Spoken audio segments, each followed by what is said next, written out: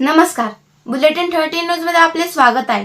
बुलेटिनच्या बातमीपत्रात महत्त्वाच्या घडामोडी आपण पाहत आहोत।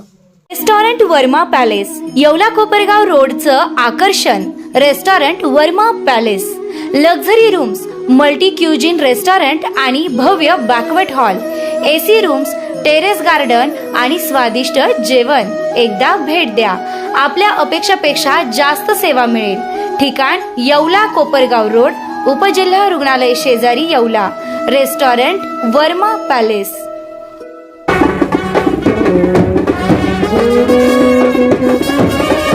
येवला येथील मामलेदार गल्ली जुने शहर पोलीस स्टेशन जवळ असलेल्या श्री दत्त महाराज मंदिराच्या जीर्णोद्धार व प्राणप्रतिष्ठा सोहळ्याला मंगळवारी मोठ्या उत्साहात सुरुवात झाली।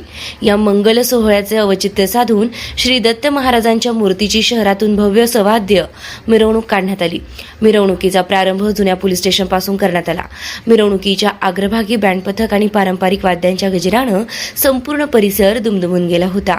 विशेष आकर्षण म्हणजे मिरवणुकीत महिलांनी सादर केलेलं गरबा नृत्य यांनीच नागरिकांचं लक्ष वेधून घेतलं। शहरातील मुख्य मार्गावरून मार्गक्रमण करत असताना ठिकठिकाणी भाविकांनी दर्शनासाठी गर्दी केली होती। कुणाल फाउंडेशनचं अध्यक्ष कुणाल दराडे, शिवसेना गटनेते नगरसेवक गणेश शिंदे, शिवसेना उपजिल्हा प्रमुख अमोल शिंदे, सनी पटनी, राजू पटेल, बालू शेठ परदेशी, यती गुजराती, शैलेश देसाई यांच्यासह शहरातील अनेक मान्यवर आणि महिला पुरुष भाविक मोठ्या संख्येने सहभागी झाले होते। देव मामलेदार गल्लीत दत्त भगवंताच्या श्रीमूर्तीची प्राणप्रतिष्ठा व मंदिराचा जीर्णोद्धाराचा कार्यक्रम आहे। आज दत्त भगवंताच्या श्रीमूर्तीची मिरवणूक निघाली।